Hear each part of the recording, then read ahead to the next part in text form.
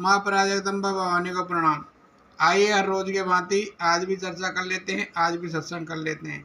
आज सत्संग का विषय रहेगा कल्याण योग साधना। बहुत ही अच्छा ग्रंथ है, मैंने पढ़ा है। जो अच्छे पॉइंट थे, अच्छी बातें थी, मैं आप तक पहुंचाने की कोशिश कर रहा हूँ। ब्रह्मा चिंतन में चिंतन करने वाले मुनि को परमात्मा स्वभाव से ही स्वरूप में लीन कर देते हैं। ब्रह्मा के साथ जीव का संयोगी योग कहलाता है। उन्मुन विधिवत प्राण संयम के द्वारा नाड़ी चक्र के विशुद्ध हो जाने पर सुषुम्ना का मुख्य खुल जाता है और उसके अंदर प्राणवायु सहज ही प्रवेश कर जाता है।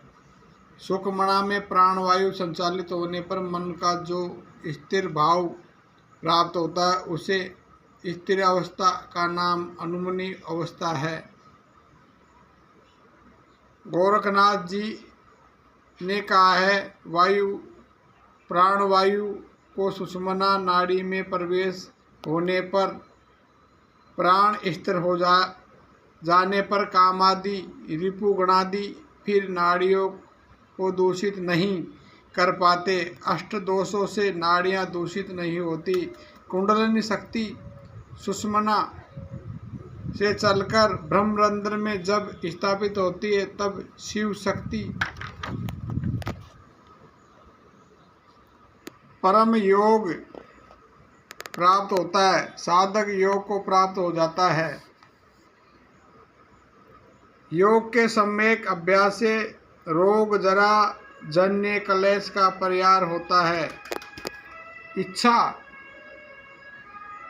मृत्यु की शक्ति भी प्राप्त होती है। योगी योगाग्नि शरीर को प्राप्त कर लेने से योगी के न तो रोग होता है, न बुढ़ापा आता है और न ही मृत्यु होती है। शिव शक्ति की 64 कलाएं बताई गई है। ब्रह्मा विष्णु महेश लक्ष्मी जी, इन चारों की 16 कलाएं मिलाकर कुल 64 कला होती है। इसमें जगत का सब व्यापार आ जाता है। जन्म से मृत्यु तक जितने भी गुण सब इन 64 कलाओं में आ जाता है। दरस पूर्णमास रूप कर्म यज्ञों की अपेक्षा जय यज्ञ 10 गुना श्रेष्ठ है। उपांशु जप 100 गुना श्रेष्ठ है। मानस जप 1000 गुना श्रेष्ठ है। कर्म यज्ञ 10 पूर्णमास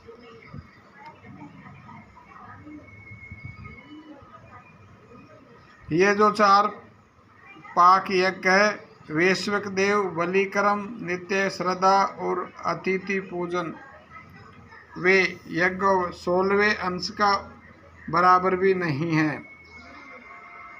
दूध में अणु अणु में मक्खन है। जब तक दूध मथा नहीं जाएगा तब तक उसमें से मक्खन दृष्टिगोचर नहीं होगा। इसी प्रकार समाधि का आश्रय लिया बिना चैतन्य का साक्षात्कार नहीं हो सकता।